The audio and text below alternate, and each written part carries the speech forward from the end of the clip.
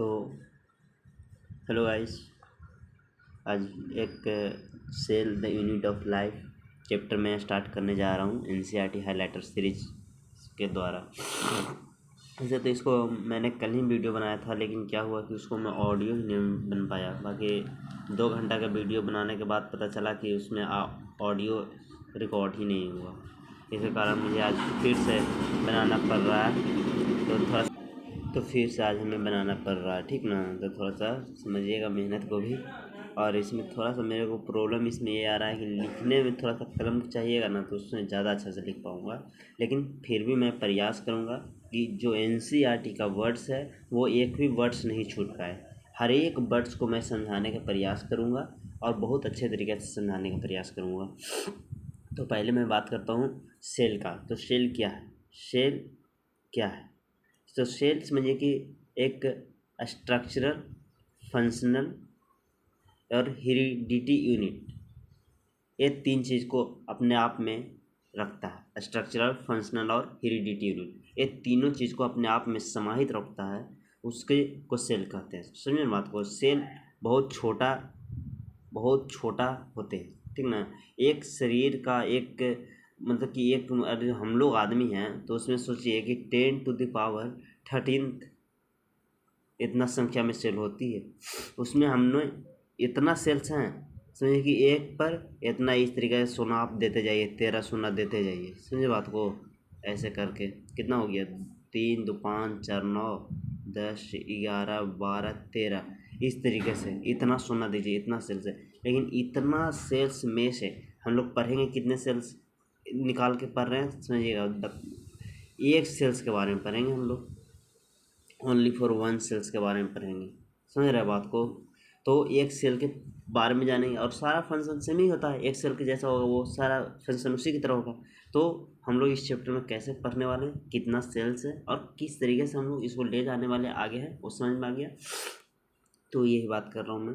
तो पहले मैं बता देता हूँ। चलिए यहाँ तक ध्यान देते जाइएगा साथ साथ में, क्योंकि फिर साफ भी करना होता है ना, इसी बोर्ड पे मेरे को लिखना भी है। तो इस तरह करते साफ भी मैं करते चल जाऊँगा। तो यहाँ तक तो मैं समझा दिया, लेकिन एक थोड़ा सा ये सेल किस तरीका का है ना, वो मैं दिखाने का प्रयास कर रहा हूँ। तो मान लीजिए कि इस प्रकार का एक सेल है, ठीक। उतना 10⁻13 सेल्स में से एक सेल के बारे में पढ़ रहा था, उसको मैं समझिए कि एक प्रकार का सेल्स है। उसको मैं समझिए कि ये जो बाहर वाला वो सेल मेम्ब्रेन है और ये अंदर न्यूक्लियस है, ठीक ना। और इसी के अंदर मेन सामान होता है, मेन जो मटेरियल होता है सेल्स का, वो इसी के अंदर होता है। और इसको अंदर समझिए कि इस तरीक़ा से क्रोमोसोम समझिए, ठीक ना। ये थोड़ा सा बाहर निकल गया है, इसको अंदर नहीं समझिए कि वो क्रोमोसोम से, ठीक। तो ये हो गया। और ये अभी तो ये नहीं हमको बताना चाहिए, अभी रुकिए मैं बताता हूँ कैसे बता रहा हूँ। ये हो गया प्लाज्मा मेम्ब्रेन। क्या हो गया? प्लाज्मा मेम्ब्रेन हो गया, ठीक ना। ये हो गया न्यूक्लियस मेम्ब्रेन। तो यहाँ पे हम लोग को शुरू में भी हम लोगों को पढ़ना क्या है कि प्रोकैरियोटिक और यूकैरियोटिक का डिफरेंस बताना रहता है। तो प्रोकैरियोटिक जिसको में न्यूक्लियस मेम्ब्रेन एब्सेंट हो गया, जिसको भी न्यूक्लियस मेम्ब्रेन एब्सेंट हो गया वो समझिए कि प्रोकैरियोटिक हो गया। और जिसको में न्यूक्लियस मेम्ब्रेन प्रेजेंट हो गया वो यूकैरियोटिक हो गया। कोई दिक्कत नहीं होना चाहिए यहाँ तक। तो उसी को आगे पढ़ने की बात करते हैं, समझने का प्रयास करते हैं। पहले तो समझ जाइए कि कितना सेल्स में से हम लोग का एक सेल के बारे में पढ़ना है। फिर एक सेल के थोड़ा सा बाहरी ढांचा मैंने दिया कि जो बाहरी का जो कवर उसको प्लाज्मा मेम्ब्रेन कहते हैं, और एक अंदर जो मेन मटेरियल को कवर करने के रखने का प्रयास करता है उसको न्यूक्लियस कहते हैं। और न्यूक्लियस के अंदर और न्यूक्लियस को जो कवर है उसको न्यूक्लियस मेम्ब्रेन कहते हैं। न्यूक्लियस मेम्ब्रेन जिसमें प्रेजेंट होता है उसको यूकैरियोटिक कहते हैं। जैसे हम लोग हैं जो कि यूकैरियोटिक मटेरियल है, हम लोग कैसा यूकैरियोटिक हैं। और जो बैक्टीरिया है ये सब कैसा प्रोकैरियोटिक होता है, क्योंकि उसके पास न्यूक्लियस का जो बाहरी का मेम्ब्रेन होता है कवर करने वाला, वो मेम्ब्रेन नहीं होता, कवरिंग मेम्ब्रेन नहीं होती है, तो उसको प्रोकैरियोट कहते हैं। तो यूकैरियोटिक प्रोकैरियोटिक का पहला मेन डिफरेंस यही होता है, ठीक ना। अब आगे देखते हैं।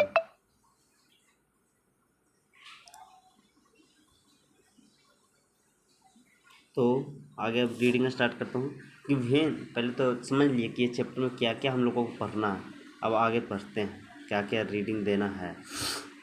वेन, वेन, ये हाईलाइट वाला अच्छा नहीं है क्या, इससे नहीं, इससे देखिए। वेन, ये पूरा वही है। वेन,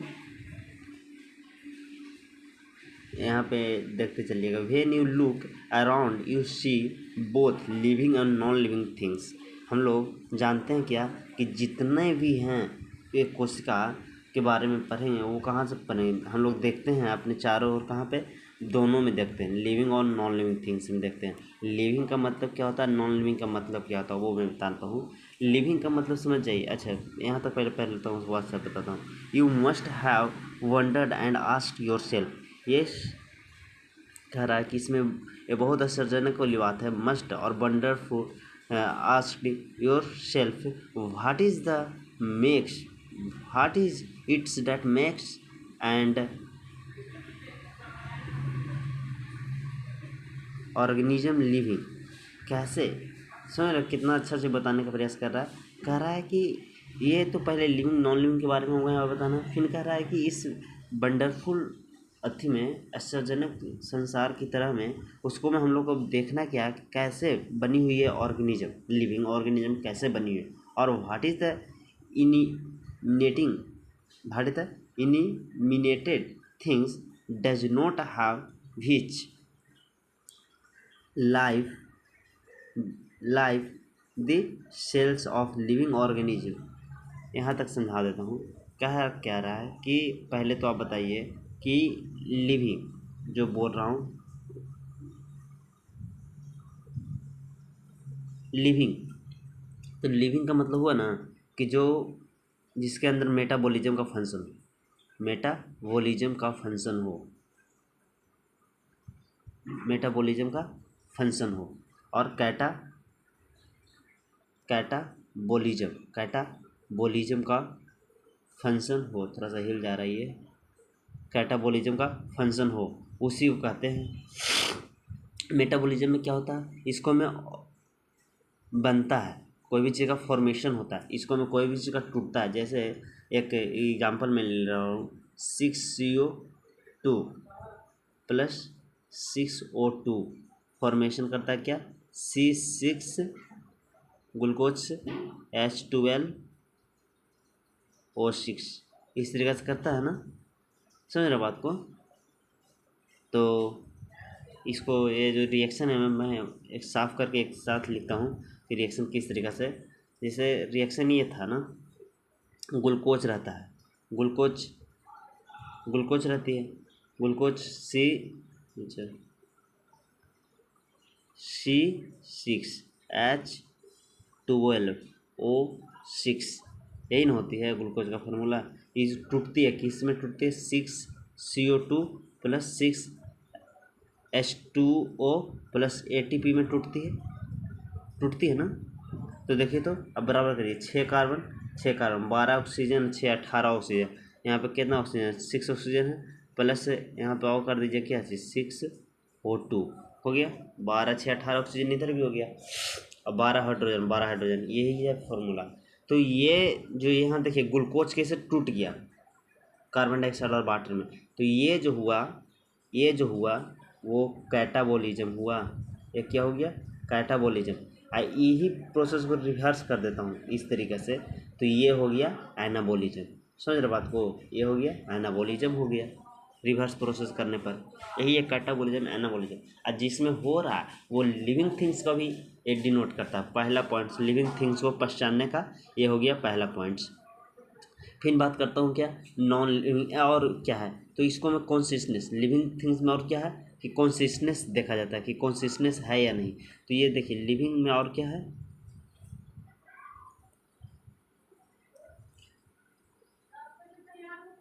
लिविंग में फिर और एक क्या चीज़ देखा जाता है, कॉन्सियसनेस। कॉन्सियसनेस कहने का मतलब क्या होगा,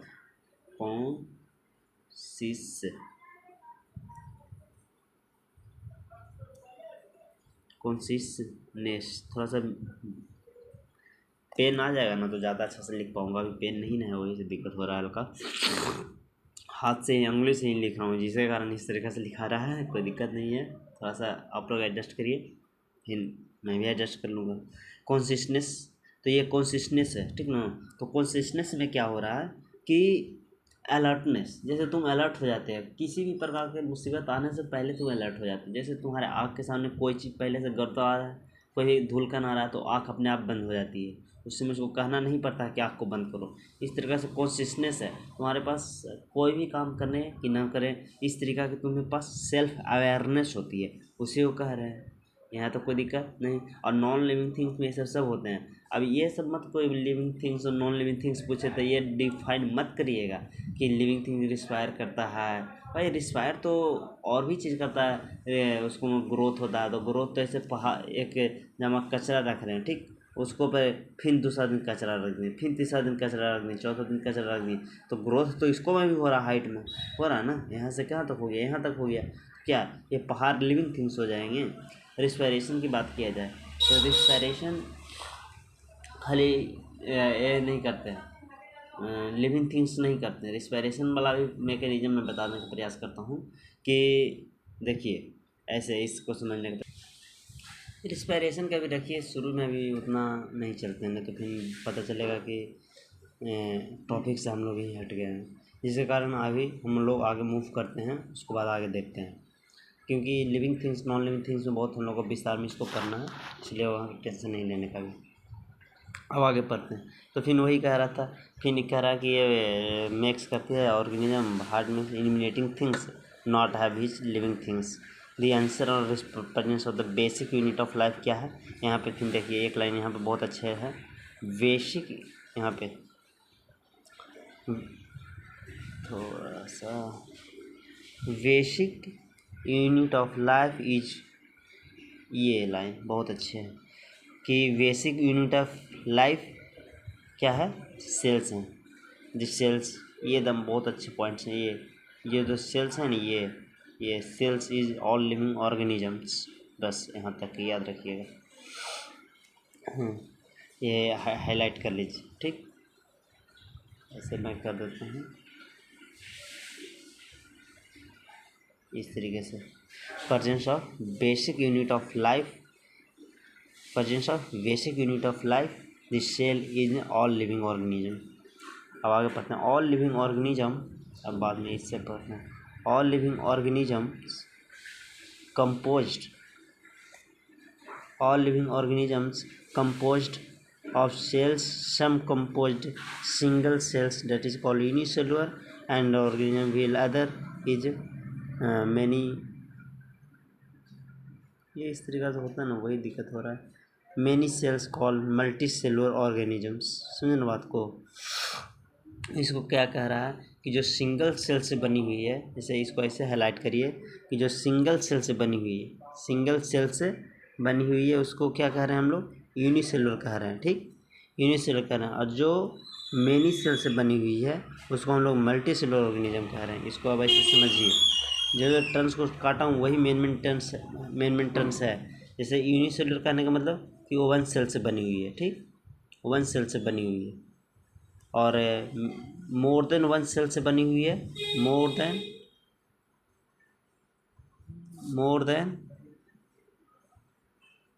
वन सेल से बनी हुई है, तो उसको मल्टी सेलुलर कह रहे हैं। क्या कह रहे हैं, मल्टी सेलुलर कह रहे हैं। तो यूनिसेलुलर मल्टी सेलुलर में समझ गए, जब एक सेल से बनी हुई है तो यूनिसेलुलर हो गया, और एक सेल से ज़्यादा तक बना हुआ है तो वो मल्टी सेलुलर कहलाती है। कोई दिक्कत।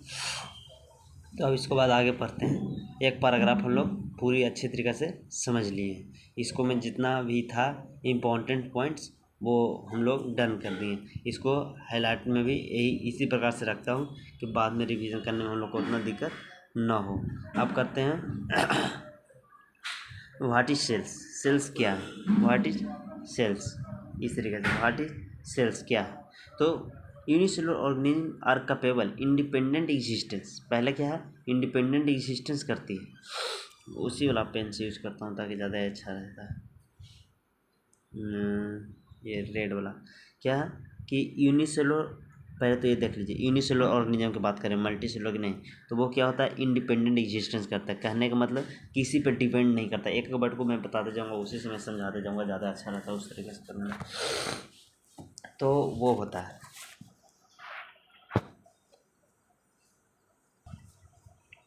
तो ये होता है इंडिपेंडेंट एग्जिस्ट करने का मतलब किसी चीज़ पर डिपेंड नहीं करता, दूसरा सेल पर डिपेंड नहीं कर रही है। वो जैसे यूनिसेलुलर होती है, यूनिसेलुलर जो होती है, ये जो कर लिख दिया हूँ यूनिसेलुलर वो ऐसा है जो कि किसी पर डिपेंड नहीं करती है, वो अपने आप पे ही डिपेंड रखती है। पूरा फंक्शन सारा का सारा उसको अपने आप पे डिपेंड रखती है। रिप्रोडक्शन उसी से करना है, रिस्पायरेशन उसी से करना है, एक्सक्रिएशन उसी से करना है। ये सिंगल सेल से ही सारा काम अपना कर लेती है। का जैसे क्या कर लेती है, रिस्पायरेशन कर लेती है, एक्सक्रिएशन कर रही है, रिप्रोडक्शन कर लेती है। ये सब सिंगल सेल से ही कर रही है, इंडिपेंडेंट एग्जिस्टेंस होती है, वो किसी चीज़ पर डिपेंड नहीं करते हैं। ये कहने का मतलब है इंडिपेंडेंट एग्जिस्टेंस का मतलब। अब देखिए फिर कह रहा परफॉर्मिंग द इसेंशियल फंक्शनल, वही जो अभी मैंने बोल दिया। अच्छा ये करना ना, परफॉर्मिंग है इसेंशियल फंक्शन भी, जैसे यही से फंक्शन यही से ना करेगा, एक्सक्रिएशन हो गया, रिस्पायरेशन हो गया, ये सब सारा काम वो सिंगल सेल से ही कर लेती है। Anything less than complete structure of the cells does not ensure independent living things. कह रहा है कि लेस देन कंप्लीट स्ट्रक्चर ये, लेकिन हाँ कोई less than complete structure of the cells does not ensure independent living. जब इसका स्ट्रक्चर कंप्लीट सही से नहीं हो तो उसको इंडिपेंडेंट लिविंग कहते हैं। जब ऐसे भी सोचिए ना कि एक सेल से वो कितना अपने आप को बना लेगा। ये वर्ड्स को याद रखिए कि इंडिपेंडेंट कहने का मतलब क्या कह रहा है, कि इंडिपेंडेंट कहने का मतलब कह रहा है ना कि जब किसी बॉडी को एक सेल से वो कितना अपना को कंप्लीट बना सकता है। एक सेल से तो इनकम्प्लीट ही रहेगा, लेकिन इनकम्प्लीट होते हुए वो अपना काम पूरा के पूरा एक ही सेल से कर ले रही है। वही कह रहा है द सेल इज से ना सेल इज़ द फंडामेंटल। हाँ ये एकदम बहुत अच्छा है, इसको देखिए एकदम नीचे से हम करता हूँ। Cell is the fundamental and structural functional unit of living organism. जो सबसे पहले मैं ये चैप्टर स्टार्ट किया और ये चैप्टर को मैं जिस समय समझाने का प्रयास कर रहा था सेल्स, उसी से मैंने बताया था कि वो क्या है सेल्स, तो स्ट्रक्चरल फंक्शनल और हेरिडिटी यूनिट, जिसको यहाँ पे सिर्फ यूनिट लिखा है, वो है ऑर्गेनिज्म का। सुनिए ना बात को, ऑर्गेनिज्म का क्या है, स्ट्रक्चरल फंक्शनल हेरिडिटी यूनिट में ये सेल्स का है। ये मेन लाइन्स याद रखिएगा, यही डिफिनेशन बनेगा। यदि कोई तुमसे सेल का डिफिनेशन पूछे तो यही लाइन लिखिएगा आप। समझे ना बात को, यही लाइन लिखिएगा, इसको अंडरलाइन रहने देता हूँ हाईलाइट। एंड अब बात करता हूँ आगे। एंटन लुइनमैन-हॉक सा describe a living cell a live cells. Anton Leeuwenhoek ने सबसे पहले लिविंग सेल का खोज किए और Robert Brown discovered the nucleus. Robert Brown क्या किए थे, डिस्कवर्ड न्यूक्लियस किए थे। रॉबर्ट ब्राउन न्यूक्लियस डिस्कवर्ड किया। एंटोन लुइनमैन-हॉक है जो कि किस चीज़ का डिस्कवर किए, एंटोन लुइनमैन-हॉक हैं जो कि लिविंग सेल्स का किए, और रॉबर्ट ब्राउन नाम के एक साइंटिस्ट थे, वो किसको किए, तो वो न्यूक्लियस के किए। The invention of the microscope, जब इन्वेंशन माइक्रोस्कोप का हुआ, and improvement leading the electrons microscope, यहाँ देखिए electron microscope and structural detail of the cells. इसका कहने का मतलब क्या हुआ कि जब इलेक्ट्रॉन माइक्रोस्कोप जब नहीं आया था, इलेक्ट्रॉन माइक्रोस्कोप क्या था ना कि एकदम छोटे से छोटे चीज़ को वो रिकॉग्नाइज पहचानने का काम करता था, छोटे से छोटे, और उसको पहचानने का काम करता था। तो जिसके कारण क्या हुआ कि उस समय लिविंग वाला नहीं भी खोज हुआ था, फिर कंपाउंड जब माइक्रोस्कोप आया उस समय और ज़्यादा विस्तार से सेल के बारे में स्टडी किया गया और बहुत ज़्यादा ऑर्गेनल्स को स्टडी किया गया था। वो ये बात कहना चाह रहा कि जिस समय माइक्रोस्कोप हुआ था उसमें तो चलिए ठीक था कि उन्होंने डेड सेल पर रॉबर्ट हुक जी ने 1865 में किए थे, लेकिन जब एक कंपाउंड माइक्रोस्कोप आ गया तो उसमें एंटोन लुइनमैन-हॉक थे जो कि लिविंग सेल पर डिस्कवर किए। इस तरीके से अब बात करता हूँ, यहाँ तक कोई दिक्कत, पूरा का पूरा पॉइंट समझा दिया हूँ मैं। अब बात करता हूँ सेल थ्योरी। थोड़ा सा देखिए, इतने पॉइंट को हमको समझाने में लमसम 18 से 20 मिनट लग गया। सोचिए, चारों पैराग्राफ को। इसलिए थोड़ा सा समझिए कि मैं इस तरीक़े से समझा रहा हूँ कि जो पहली बार भी पढ़ा हो, और ये लेक्चर पढ़ने के बाद मतलब कि कहीं भी नहीं पढ़ना है। उसके बाद सीधे सीधे आप क्वेश्चन लगाइए, नहीं बनता है वो कमेंट करिए, उसके बाद फिर देखा जाएगा, आगे उसको जवाब दिया जाएगा। चाहे तो फिर जैसा कहिएगा उसको अनुसार से किया जाएगा। सुनिए बात को। ये सेल थ्योरी, फिर यहाँ पे एक आ गया, अब सेल थ्योरी की बात आ जाती है। तो सेल थ्योरी हम लोग को बहुत अच्छे तरीक़े से पढ़ना है। सेल थ्योरी में है कुछ नहीं, जस्ट सेल थ्योरी ये है ना कि किस तरीक़ा के आया था, कौन दिए थे, इस तरीके से है। In 1838 Matthias Schleiden and German botany. देखिए यहाँ पे हम हाथ धर रहे हैं ना, तो यहाँ पे देखिए, और जो बोलूँगा वही लिखा जाता है। Examine a large number of plants and observe that all plants are composed of different kinds of cells and cells which forms the tissue of the plants। यहाँ तक आगे रहने देता हूँ मैं। टिश्यू ऑफ द प्लांट्स कहने का मतलब क्या कह रहे हैं कि जो ये मैथ्यूस स्लाइडन थे, और जो कि ये कहाँ के रहने वाले थे, तो ये जर्मन के रहने वाले थे। कहाँ के रहने वाले थे, ये जर्मन के रहने वाले थे। समझे ना बात को, जर्मन बोटनिस्ट थे। इन्होंने एक्सप्लेन एक किस चीज़ पर स्टडी कर रहे थे, तो प्लांट्स पर स्टडी कर रहे थे। और ऑब्जर्व क्या किए ना कि जितने all plants are compose by different kinds of cells. और इन्होंने ऑब्जर्व क्या किया कि जितने भी बने हुए हैं प्लांट्स, वो डिफरेंट का बना हुआ, डिफरेंट टाइप्स ऑफ सेल्स से बनी हुई है और टिश्यू से बनी हुई है। ये कहना था किनको, तो मैथ्यूस स्लाइडन को कहना था। कब कहना था, तो 1838 में कहना था कि जितने भी प्लांट्स हैं वो सब अलग अलग प्रकार के सेल से बनी हुई है। जैसे कहने का मतलब कि हमारे हाथ के पास सेल सब सेम ही है, लेकिन फंक्शन सब अलग अलग करती है, जिसके कारण वो फंक्शन के कारण वो उसका कह रहे हैं कि अलग अलग सेल से बनी हुई है। जैसे लड़के हैं, तो लड़का सब लड़के हैं लेकिन काम अलग अलग करता है। कोई जॉब वाला काम कर रहा है, टिकट कलेक्टर है, तो कोई कुछ है, तो कोई कुछ है। इस तरीके से समझने का प्रयास करिए, यहाँ पे उस प्रकार से बोल रहा है। अच्छा, from the tissue at the award the same times Theophrastus, same time Theophrastus. अब नेक्स्ट पे जाना होगा ना हम लोग को, नेक्स्ट पे चलना है। अब चलते हैं नेक्स्ट पे। इसको अब जो कर दिए हैं वो कर दिए हैं, अब चलते हैं नेक्स्ट पेज में। थियोफ्रेटस, थियोफ्रेटस स्लाइडन 1839 में, और बोटनिस्ट थे। ये स्वान जब आ गए, कौन आ गए, स्वान जी जियोलॉजिस्ट थे। ये कैसे थे, ये क्या थे, ये जियोलॉजिस्ट थे। ये जियोलॉजिस्ट थे, जियोलॉजिक वाला थे, ये जियोलॉजिस्ट थे। अच्छा, ये का लिख दिए, सॉरी हमको बेकार लिखना है, वो कुछ नहीं लिखना है। जो एनसीईआरटी बोला है वो वही हम लोग को जानना है। ये स्वान जी नाम है, स्वान क्या है, नाम है, स्वान नाम है, ठीक ना। ये स्वान नाम है। 1839 में इन्होंने जियोलॉजिस्ट थे, ब्रिटिश के रहने वाले थे। कहाँ के रहने वाले थे, ब्रिटिश को रहने वाले थे। और इन्होंने स्टडी किया किस पर, तो एनिमल सेल्स पर स्टडी किया। किस चीज़ पर किए, एनिमल सेल्स पर किए। और इन्होंने रिपोर्ट किया क्या कि cells had a thin outer membrane, जो कि हम लोग प्लाज्मा मेम्ब्रेन से जा रहे थे। उन्होंने ये बताया कि सेल्स के पास एक आउटर मेम्ब्रेन होती है, ठीक ना, उसी को आउटर लेयर होती है, उसको रिपोर्टेड आउटर लेयर। उन्होंने अभी उसमें बताया नहीं, नाम नहीं दिया। अच्छा, जिन्होंने प्लाज्मा मेम्ब्रेन, उन्होंने नाम दे दिया कि वो क्या है, प्लाज्मा मेम्ब्रेन है। स्वान जी, जो ऐसे याद रखिए, स्वान जी ब्रिटिश के रहने वाले थे 1839 में, जबकि वो थियोफ्रेटस कब आए थे, 1838 में आए थे ना, ये 1839 में आए। वो जियोलॉजिस्ट थे, उसको अनुसार से इन्होंने स्टडी किया डिफरेंट प्लांट्स और एनिमल्स पर, और रिपोर्ट किया कि कोई पतला सा लेयर है, उसको क्या नाम दे दिए, प्लाज्मा मेम्ब्रेन दिए। यहाँ तक कुछ नहीं याद करना, इतना याद करना। He also concluded the best study, ये बेस्ट स्टडी किए ऑफ बेस्ट स्टडी,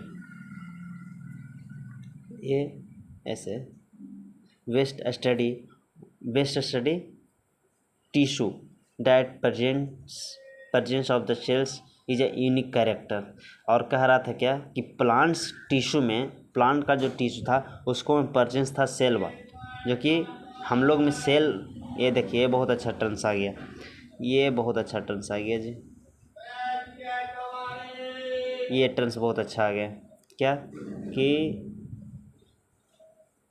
थोड़ा सा हाईलाइट कर देता हूँ ताकि अच्छा रहे। ये सेल वाल ये देख रहे हैं ना, ये कह दिए कि प्लांट्स में है जो कि सेल वाल्स है। क्या है? प्लांट्स में सेल वाल्स है, प्लांट्स में सेल वाल्स है।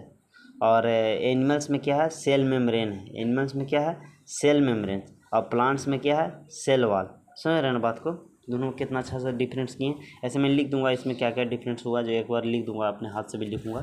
तो ऐसे पेन रहता ना, तो पेन से मैं पूरा पॉइंट को करते चलता, साइड साइड में लिखते चलता। लेकिन जो कि एक दिन 2 दिन उसको अंदर हम कर लेता हूँ इंतज़ाम। फिर ये देखते हैं, आगे चलते हैं। तो बताए उन्होंने जो स्वान जी थे कि प्लांट्स में है जो कि सेल वाला है, और एनिमल्स में है जो कि एक पतला सा लेयर है जो कि प्लाज्मा मेम्ब्रेन से। आगे बात करते हैं। इज ए यूनिक कैरेक्टर, जो कि एक यूनिक कैरेक्टर था। क्यों? क्योंकि प्लांट्स और एनिमल्स में अलग अलग दिख रहे थे। अच्छा, on the basis of this Schwann proposed hypothesis that bodies of the animals and plants are composed of the cells product of the cells। कहा क्या रहा कि जब पता चल रहा होगा ना, वहाँ पे पता तो चलना चाहिए। हाँ, कहा क्या रहा है कि on the basis of Schwann proposed hypothesis hypothesis that bodies animals and plants are composed of the cell and product of cells। और यहाँ पे ये लाइन कहने का मतलब क्या था? स्वान जी कहे कि जितने भी प्लांट्स और एनिमल्स बने हुए हैं वो चाहे तो सेल्स से बने हुए हो, चाहे तो सेल्स का प्रोडक्ट से बने हुए। कहने का मतलब कि एक group of cells to form tissue कर लेती है, a group of tissue to form organ कर लेती है। ये कहना चाह रहे थे कि जितने भी प्लांट्स और एनिमल्स से बनी हुई है वो सेल से बनी हुई है। यदि जो सेल से नहीं बनी है तो प्रोडक्ट ऑफ सेल से बनी हुई है। कहने का मतलब कि इसी का ग्रुप कर दिया जाए, इसी को बहुत सारे सेल्स का ग्रुप में ले आया जाए तो वो टिश्यू का निर्माण कर लेते हैं ना। वो किसी का निर्माण कर लेते हैं? टिश्यू का निर्माण कर लेते हैं। वो किसी का निर्माण कर लेते हैं? टिश्यू का निर्माण कर लेते हैं। टिश्यू का निर्माण करते हैं। उससे फिर आगे होकर क्या कर लेते हैं? ऑर्गन का निर्माण हो जाती है। फिर ऑर्गन सिस्टम का निर्माण हो जाती है। उसी से फिर ऑर्गेनिज्म का निर्माण हो जाती है। इस तरीक़ा से वो बोलना चाह रहे थे, ठीक ना? हाँ, तो अब आगे देखते हैं। ये चीज़ वो ये बोलना चाह रहे थे तो हो गया, चलिए ठीक है।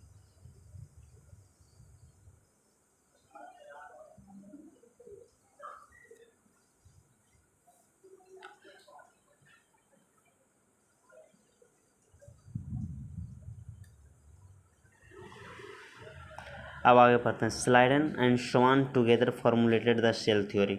स्लाइडन एंड स्वान फॉर्मुलेटेड किए सेल थ्योरी को। इन्होंने दोनों मिल के एक सेल थ्योरी दिए। कब? अब बाकी जो सेल थ्योरी दिए ना उसको मैं एक्सप्लेन नहीं कर पाए उन्होंने कि how new cells were form, तो कहाँ से नया सेल हमारे शरीर में बन कहाँ से रहे। ये तो इतना तक पढ़ लिए थे दोनों, अपना अपने पढ़ लिए इतना कि ऐसे ऐसे हो रहा है। बाहरी मेम्ब्रेन है एनिमल्स में जिसको सेल मेम्ब्रेन कह रहे हैं, प्लांट्स में उसको सेल वॉल कह रहे हैं। 1839 में जो स्वान थे ब्रिटिश के रहने वाले थे वो इतना तक तो बता दिए। और ये भी बता दिए कि जितने भी ऑर्गेनिज्म हैं जो सेल और सेल के प्रोडक्ट से बनी हुई है। और इन्होंने ये एक चीज़ पूछ दिया कि सब सेल्स आ कहाँ से रहे, तो ये इस चीज़ को इन्होंने नहीं बता पाए। तो उसी समय रडल्फ विर्चाउ है। कौन है? याद रखिएगा, ये नाम याद रखिएगा, रडल्फ विर्चाउ। कौन है? रडल्फ विर्चाउ, याद रखिएगा। उन्होंने बताया 1855 में कि एक्सप्लेन किया कि cells and new cells are formed pre existing cells, that is called omnia e cellula। He modified that hypothesis of Schleiden and Schwann to give the cell theory of a final shape और cell theory understood. उसके बाद इन्होंने आए और ये विर्चाओ जी आए। वो reading दे रहा हूँ ना, वहाँ पे बस खाली अपना एनसीईआरटी रखिए और अपना एनसीईआरटी वो लाइन पढ़ लीजिए। उसके बाद मैं समझा रहा हूँ वो लाइन का मतलब क्या होता है, वो आप लाइन समझ जाए। अब ये मत सोचिए कि यहाँ पे जो पढ़ा रहे हैं वही लाइन को डायरेक्ट मैं देखूंगा, उसको बात समझूंगा। यहाँ पे भी थोड़ा सा दिक्कत आपको इसलिए हो रहा होगा क्योंकि बार बार जूम हो जा रहा है, बड़ा हो जा रहा है, क्योंकि हाथ से कर रहा हूँ, हाथ से इधर टच हो जाता है स्क्रीन तो उधर टच हो जाता है, जिसके कारण ये हो रहा है। तो अपना बगल में एक एनसीईआरटी खोल के ज़रूर रखिए, ठीक ना। तो इन्होंने आए 1855 में बिरचाओ जी, और बिरचाओ जी ने बताए कि कैसे सेल्स आ रही है और कैसे सेल्स बन रही है। तो इन्होंने बताया कि each cell come from preexisting cells, जिसको ये बता देने से वो सेल थ्योरी पूरा कंप्लीट हो चुका था। उसके बाद इन्होंने 2 को सेल थ्योरी दिए। कौन कौन दिए, तो देखिए कौन कौन दिए। ऑल लिविंग, यहाँ देखिए, all living organisms compose of cells and product of cells, जो कि ये चीज़ पहले ही हमने कह दिए थे कि बहुत अच्छा बात था। And all cells come from pre existing cells, यही 2 पॉइंट्स था सेल थ्योरी का। ये पॉइंट्स याद रखिएगा, यही है स्टार पॉइंट। स्टार पॉइंट्स है, कहने का मतलब टिक लगा देता हूँ, ये दोनों पॉइंट्स याद रखिएगा। समझना बात हुई, ये स्टार पॉइंट, कोई दिक्कत नहीं। अब आगे बढ़ते हैं, and overview of the cells, overview देता हूँ अब सेल्स के बारे में। इतना अभी तक तो हम लोगों ने ये सब जान रहे थे कि सेल्स क्या है, लिविंग थिंग्स क्या है, नॉन लिविंग थिंग्स कैसे पहचानेंगे। फिर बताएं कि सेल्स कब आया, फिर 2 साइंटिस्ट आए, दोनों साइंटिस्ट अपना अपना बात रखे। फिर यूनिसेलुलर मल्टी सेलुलर के बारे में जाने, फिर यूनिसेलुलर मल्टी सेलुलर के बारे में जाने। फिर क्या जाने हम लोग, यूनिसेलुलर मल्टी सेलुलर के जानने के बाद हम लोग क्या जाना, प्रोकैरियोटिक यूकेरियोट। अच्छा, प्रोकैरियोटिक यूकेरियोट शायद अब जानना होगा।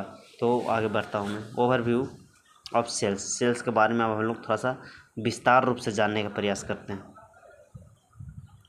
इस तरीक़ा से करूँ क्या, ऐसे ज़्यादा पता चलेगा, है ना। इस तरीक़ा से करता हूँ, देखता हूँ कैसा वीडियो किया जाता है, मेरे को भी नहीं पता है, लेकिन आगे देखता हूँ।